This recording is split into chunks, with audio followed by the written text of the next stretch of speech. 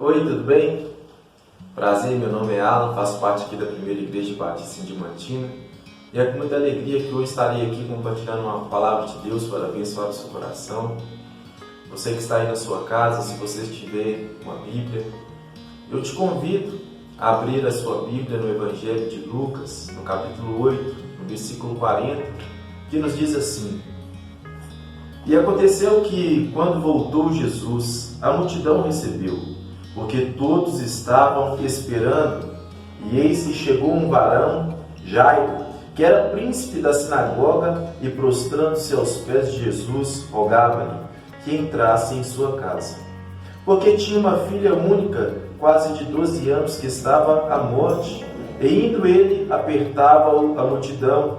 E uma mulher que tinha um fluxo de sangue havia 12 anos, e gastara com os médicos todos os haveres, e por nenhum pudera ser curado. Chegando por detrás dele, tocou na orla da sua veste, e logo estancou o fluxo do sangue. E disse Jesus: Quem é que me tocou? E negando todos, disse Pedro e os que estavam com ele: Mestre, a multidão te aperta e te oprime, e dizes: Quem é que te tocou? E disse Jesus: Alguém me tocou, porque bem conheci que de mim saiu virtude. Este texto é um texto muito interessante, é um texto que vai falar sobre cura, é um texto que vai falar sobre milagre, e é um texto que vai falar sobre aquilo que Deus ele pode operar e aquilo que Ele pode fazer na sua vida. É interessante que quando nós começamos aqui a olhar para essa passagem, nós vamos perceber aqui no primeiro versículo que uma grande multidão estava à espera de Jesus. E essa multidão estava ali esperando. Mas o que representa a multidão? O que significa a palavra multidão?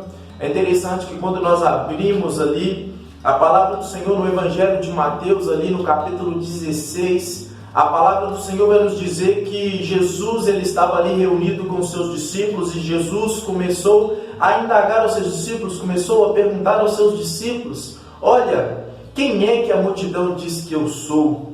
E a palavra do Senhor vai nos dizer que Pedro ele se levanta, os seus discípulos se levantam juntamente com ele e começa a dizer: olha, Jesus, alguns dizem que o Senhor é Elias, outros dizem que o Senhor é Jeremias, alguns dizem que o Senhor é João Batista.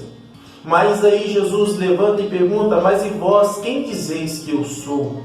E Pedro então ele diz: olha, tu és o Cristo, o Filho do Deus vivo, aquele que Israel esperava que viesse. E é interessante então que quando nós olhamos para essa palavra multidão representa falta de conhecimento da presença de Deus. Multidão representa pessoas que não têm intimidade com Deus, pessoas que elas somente conhecem Jesus de ouvir falar, mas são pessoas que não têm intimidade com Jesus. E é interessante que quando nós vamos olhando aqui para essa passagem, nós percebemos um homem valoroso, um homem que ele chega ali diante de Jesus, mas reconhecendo aquilo que Jesus poderia fazer na vida dele e na vida da pessoa que ele esperava que Jesus operasse. E é interessante que ele tem uma posição diferente da multidão, ele tem uma posição de fé. Se a gente fosse olhar aqui para este homem, nós vamos perceber que ele enfrentou algumas barreiras. A primeira barreira que ele enfrentou foi a barreira da religiosidade, porque nós vamos perceber aqui que ele era príncipe da sinagoga, ou seja, ele possuía uma posição de status ali diante das pessoas. E com isso nós percebemos que ele despiu, podemos dizer, dessa glória, ele despiu do seu ego, ele despiu da sua vaidade, e ele foi atrás de Jesus, reconhecendo que Jesus era soberano sobre a religiosidade. E este homem então ele se prostra, ele começa ali a clamar a Deus que entrasse com uma providência ali na sua casa, porque a sua filha já estava quase à beira da morte, a sua filha já estava numa situação degradável, e se Jesus não entrasse com a providência, ela iria morrer, como nós veremos mais no final que realmente ela morreu. E com isso eu percebo o seguinte: muitas vezes pessoas tão importantes estão morrendo perto de nós, e nós não temos tomado uma posição para ajudá-las por conta do nosso orgulho, por conta da nossa soberba, por conta que muitas vezes a gente não quer se humilhar, a gente não quer se dobrar diante da presença de Deus. Mas eu quero te convidar hoje a fazer como este homem fez. Este homem tomou uma posição de fé, ele foi adiante, ele se aproximou do Senhor, crendo que Deus poderia mudar a sua realidade. E é interessante que quando nós continuamos aqui analisando esse texto, nós percebemos então que aparentemente aparece uma mulher e essa mulher ela cai de paraquedas neste texto. Mas eu quero te dizer que essa mulher aqui, ela não caiu de paraquedas. Essa mulher aqui, ela complementa o texto, ela traz uma outra visão para o texto, porque Jairo buscava uma cura para quem? Ele buscava uma cura para uma pessoa a quem ele amava. Já essa mulher, ela buscava uma cura pessoal, ela buscava uma transformação em si. E nós percebemos como que essa mulher e Jairo, ela também tem muitas coisas em comuns. Jairo teve que enfrentar a multidão, essa mulher também teve que enfrentar a multidão. Porque quando nós vamos ver lá no Talmud, quando nós vamos ver lá no Pentateuco, nós vamos perceber que existiam algumas leis que impossibilitavam uma mulher que estava tendo um fluxo de sangue de se aproximar da multidão. Ela não poderia entrar no meio da multidão porque ela era considerada como uma pessoa imunda, ela era considerada como uma pessoa indigna de estar no meio dos outros, porque ela contaminaria todas as outras pessoas.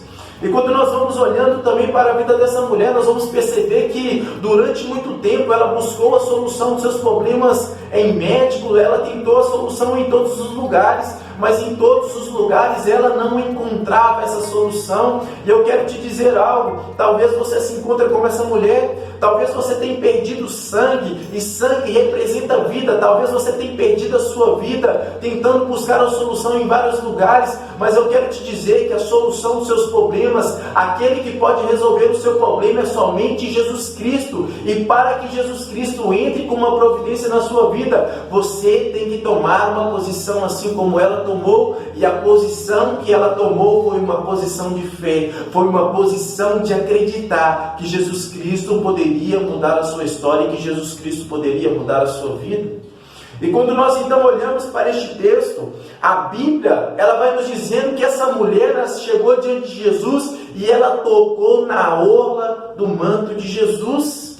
Isso não é somente aqui algo qualquer, mas isso aqui tem uma representação profunda, porque havia ali no meio do religioso, havia ali um rito, algo que dizia que se a pessoa tocasse na orla ali do sacerdote, seria manifestado cura, aconteceria milagres. Então, quando essa mulher ela foi até Jesus, ela não tocou Jesus de qualquer maneira, ela tocou Jesus com fé, ela tocou Jesus acreditando que Jesus era alguém diferente, que Jesus poderia operar o impossível, aquilo que ninguém no mundo, aquilo que os médicos, aquilo que o mundo inteiro fosse contra e não conseguia curar. Jesus conseguiu e operou esse milagre na vida dela. Talvez você se encontre dessa maneira, talvez você já está desiludido, talvez você já tentou buscar felicidade, talvez você tentou buscar uma solução para os seus problemas e você não tem encontrado.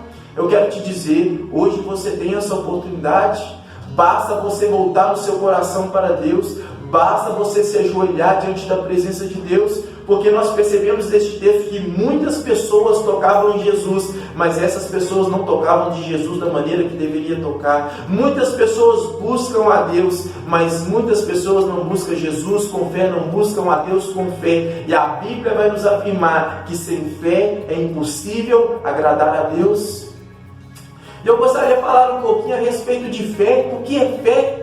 Como assim então, pregador? Como assim, o que é fé? O que eu tenho que fazer? É interessante que quando nós vamos olhar ali no livro de Hebreus, a palavra do Senhor vai nos dizer que Abraão, ele creu contra a esperança.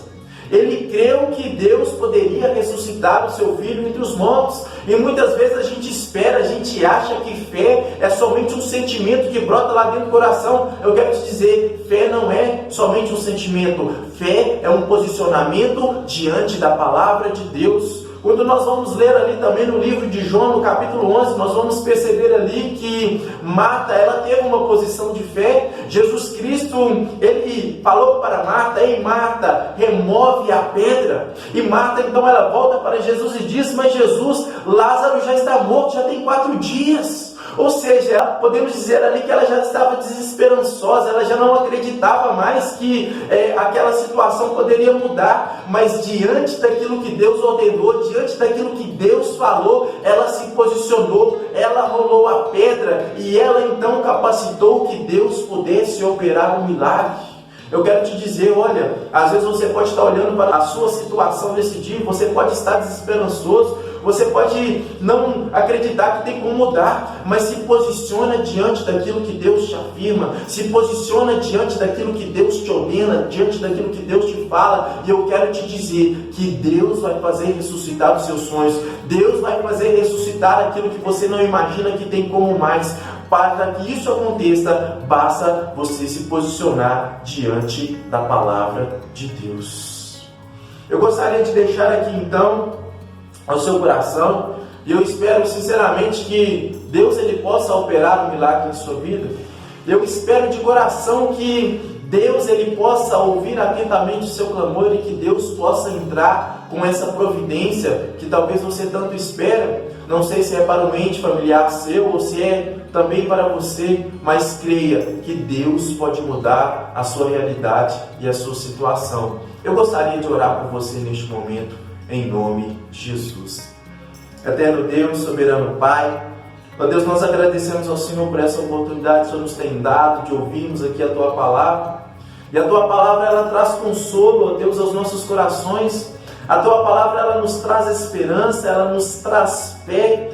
Ó Deus, e diante da Tua Palavra, ó Deus, nós nos posicionaremos porque nós cremos que o Senhor, ó Deus, pode operar o impossível. A Tua Palavra nos diz, ó Deus, que há coisas que para o homem parecem impossível, mas para o Senhor tudo é possível. O Senhor é aquele que pode operar quando o homem não consegue. O Senhor é aquele que pode ir além. O Senhor é aquele, ó Deus, todo-poderoso, aquele que age nas nossas causas, nas causas impossíveis. Por isso, ó Deus, eu coloco a situação dessa pessoa que está nos ouvindo aqui neste momento, que o Senhor venha agir na vida dela, que o Senhor venha abençoar, que o Senhor venha transformar talvez essa realidade de morte em uma realidade de vida. Ó Senhor Deus amado, nós clamamos a Ti, Senhor, opera para a glória do Teu nome, opera o milagre, opera a transformação, opera, Senhor, aonde só há morte, opera vida, Senhor Deus amado.